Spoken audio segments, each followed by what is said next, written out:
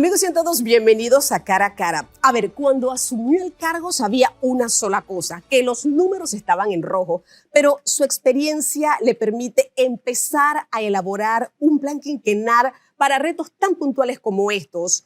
Aumentar específicamente los ingresos de Panamá, bajar los gastos, desarrollar un plan de inversiones y también proyectar un crecimiento económico, y esto es muy importante, que permee a todos los ciudadanos. Y por qué no decirlo, también limpiar la imagen de Panamá en el exterior.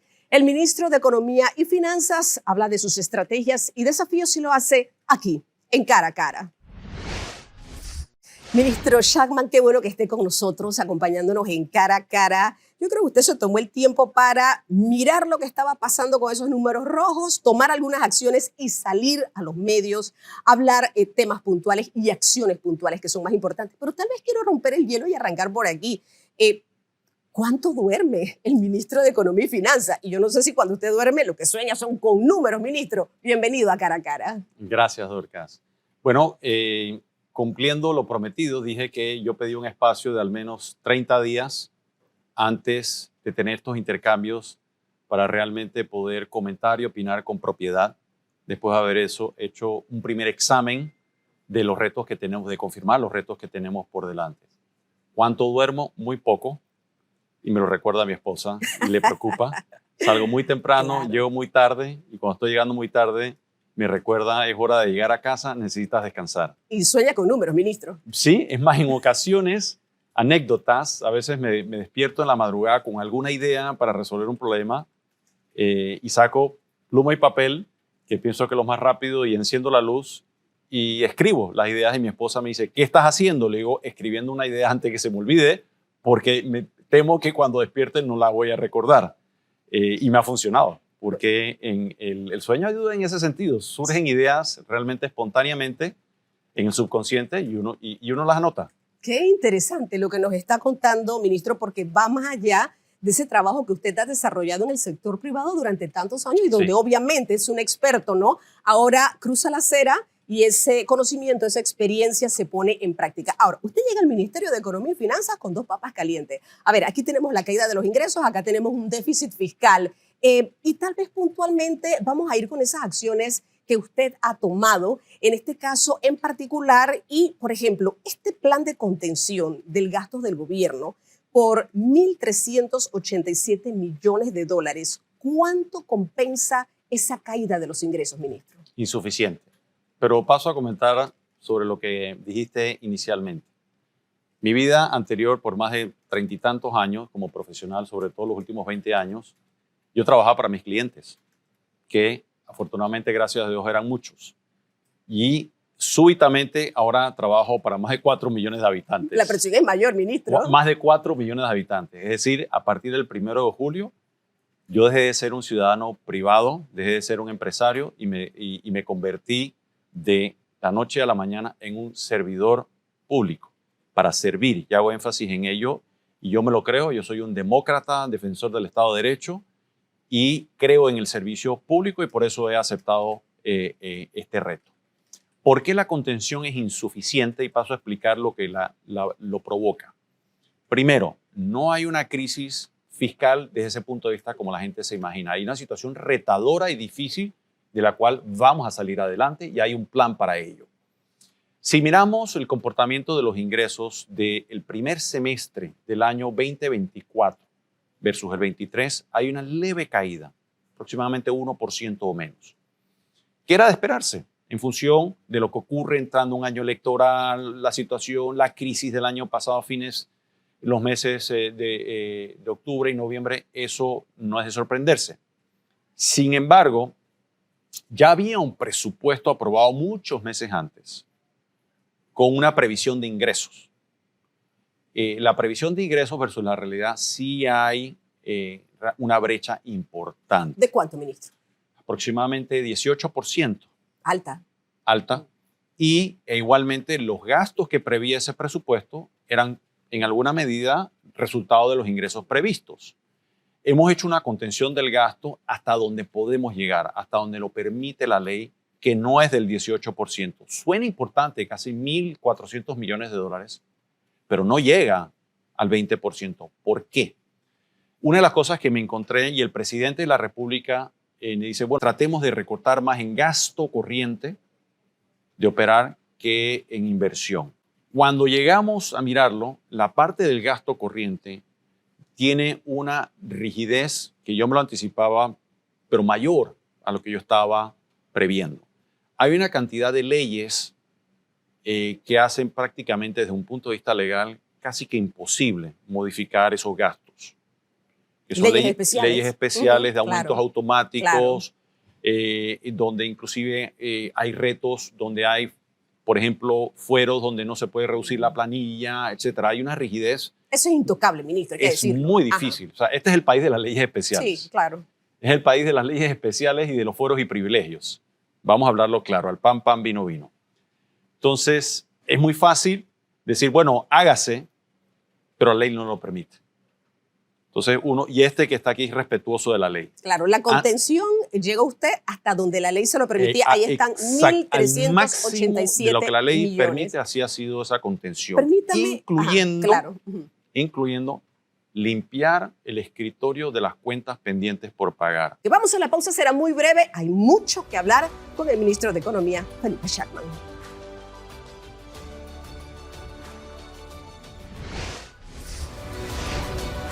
Ministro, quiero entrar en este tema porque usted reconoció en esta semana que acaba de terminar que es imposible cumplir con el tope fiscal de 2%. Es decir, necesitamos hacer modificaciones a la Ley 34 de responsabilidad social fiscal.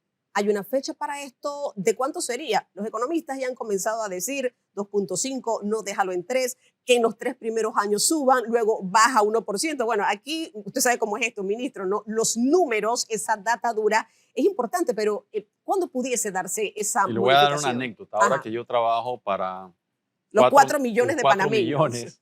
Donde yo voy, recibo instrucciones ahora tengo muchísimos jefes.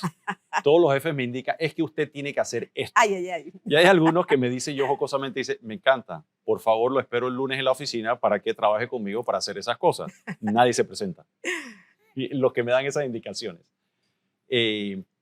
No hay una fecha ahora mismo para ello. Lo que sí le puedo adelantar que los números están allí. Cualquiera que le gusta hacer un poco de numeritos va a saber es imposible cumplir, salvo que cambiemos la tendencia de que prácticamente que hagamos una contención, casi que hagamos que el Estado quede congelado y no haga absolutamente nada, y sabemos que eso realísticamente puede ser traumático para el país. Entonces lo que estamos haciendo es, uno, recortando lo más posible, que son esos casi 1.400 millones de dólares, que no van a ser suficientes para alcanzar, imagínense, el impacto de ese recorte no va a ser suficiente para llegar al 2%. Y así se lo hemos comunicado a las calificadoras de riesgo para hablar de frente. No vamos a llegar en corredera al mes de diciembre para tomar medidas para cumplir con una meta con la cual yo no estoy de acuerdo, dicho sea de paso. Es que allá iba, las calificadoras de riesgo, ¿cómo lo han tomado? Porque muy bien, los números, es decir, el déficit fiscal es una de las cosas que ellos más ven como variable, ¿no? Lo han tomado muy bien porque estamos siendo transparentes y comunicando todo lo que estamos viendo y comunicando nuestros planes de acción. Es decir, no se va a poder cumplir este año, pero va a haber y vamos a publicar un plan estratégico de gobierno. Vamos a publicar un plan fiscal a 5 años que nos va a llevar progresivamente a tener unas finanzas públicas más sostenibles a lo largo del tiempo, que nos bajen esa presión a la República de Panamá y que podamos cumplir lo que prometemos. Porque si prometemos algo, yo no le puedo prometer a las calificadoras que va a ser 2%, si yo sé que no se va a poder cumplir. Entonces, cuando prometemos algo que no podemos cumplir y lo incumplimos, perdemos credibilidad. Y recordemos, 80% de la economía de este país la mueve el sector privado. En los últimos 40 años, solo 2 años este país ha tenido un superávit fiscal. Todos los demás años ha habido déficit. Y en este país el déficit, la única forma de financiarlo es que alguien nos preste ese dinero. Si no generamos confianza y credibilidad, dinero va a haber, pero cada vez más costoso. Mientras más pagas intereses, tienes menos dinero para operar e invertir. Entonces, una de las metas es bajar el costo financiero que viene producto de recuperar esa confianza y esa credibilidad de que lo que prometemos lo cumplimos. Eso incluye el presupuesto.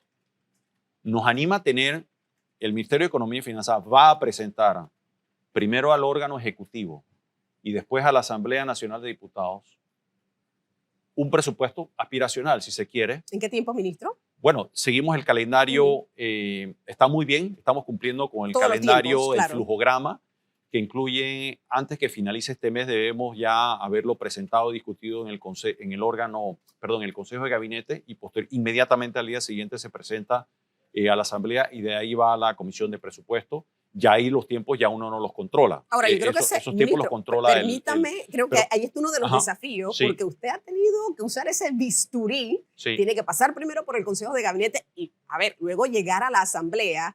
30.000, solamente con decirlo de un poquito de dolor de cabeza, ¿cuánto fue el sí, presupuesto actual? ¿No? 30.690 millones de dólares, si la memoria no me falla, y eso ya con un recorte de arriba de 2.000 millones, que ya sabemos lo que pasó a finales de año. ¿Qué expectativa hay en torno a este presupuesto? Y yo sé que a usted no le gusta aventurarse sí, a dar cifras, usted es un hombre de una data dura, pero lo ideal, ¿qué sería, ministro? Yo creo que hay que hablar de lo ideal. El pueblo tiene que conocer lo ideal para un presupuesto. Voy a dar una respuesta que yo diría que es cualitativa y no cuantitativa. Mi aspiración, y aquí ya como individuo, sería tener un presupuesto menor al del año pasado. Yo no te puedo confirmar si eso se va a lograr. Esa es mi aspiración.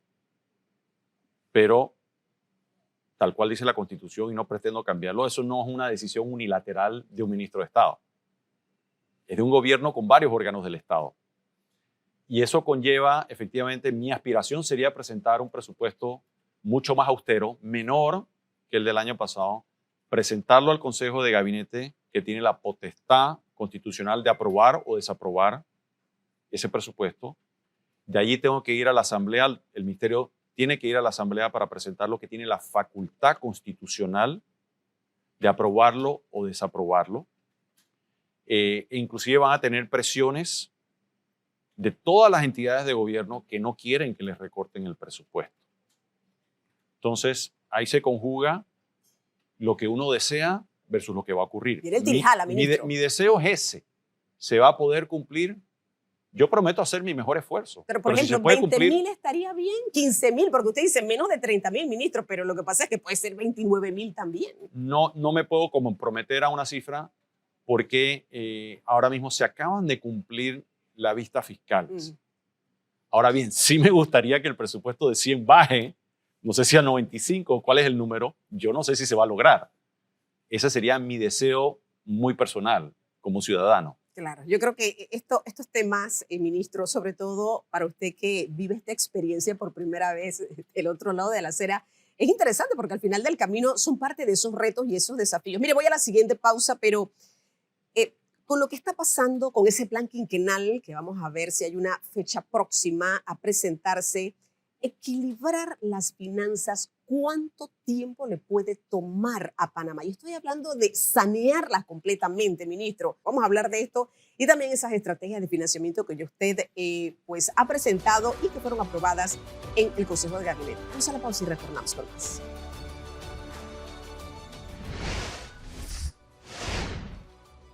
Amigos, ya estamos de vuelta. Esto es Cara a Cara, conversando con el ministro de Economía y Finanzas, Felipe Schachmann.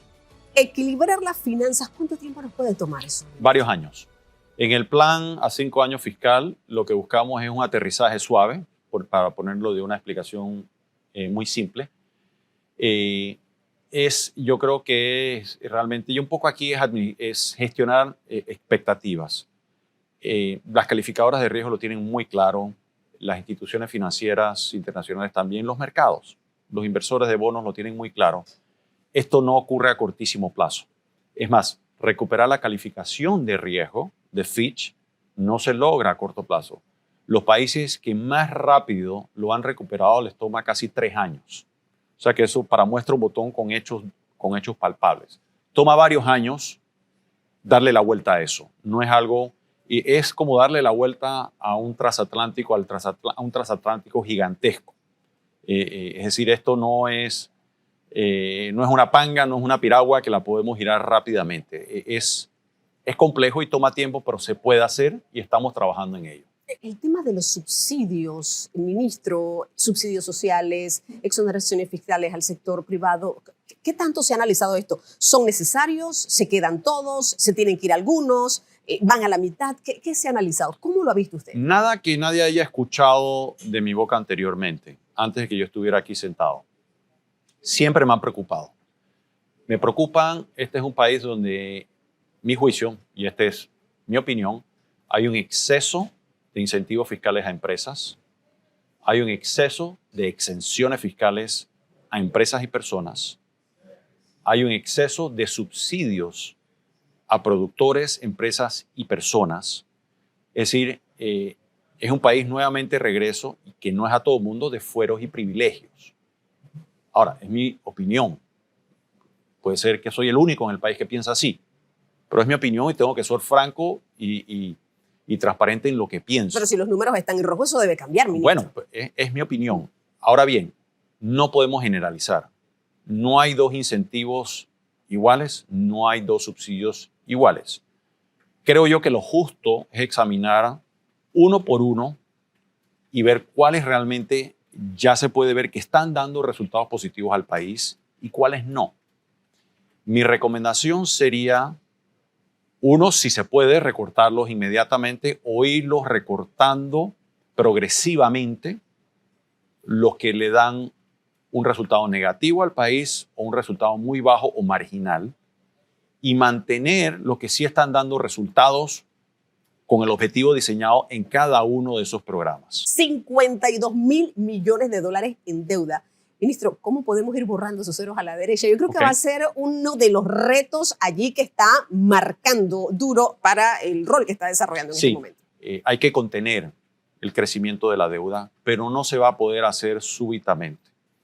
Este año, como mencioné, va a haber un déficit que se tiene que financiar. Todos los años ocurren dos cosas en este país. Uno, todos los años hay vencimientos de deuda que se tienen que honrar y se tienen que pagar. Es como el que va al banco y pide dinero. Si no pagamos, tenemos malas referencias de crédito en la APC, por ejemplo, en el Buró de Crédito, y no nos prestan más dinero. Igualito funciona en el gobierno. Si no pagamos y honramos las deudas, o nadie nos quiere prestar o nos prestan a unas tasas exageradamente altas. Queremos vernos como un deudor que cumple, ministro. Por supuesto, un deudor responsable, claro, al cual le quieren prestar cada día a tasas de interés más bajas para cumplir. Y eso se tiene que hacer, hay un programa para hacer eso paulatinamente e irlo bajando. Eso me lleva al otro que me han criticado mucho, de que pedimos una autorización por adelantado para poder empezar a financiar esas amortizaciones que tiene la deuda y déficit, que nuestro plan es que vayan decreciente, vaya bajando a lo largo del tiempo. El tema es si aumenta la deuda, por ahí van. A corto plazo no, la deuda va a seguir aumentando hasta que logremos darle la vuelta a eso.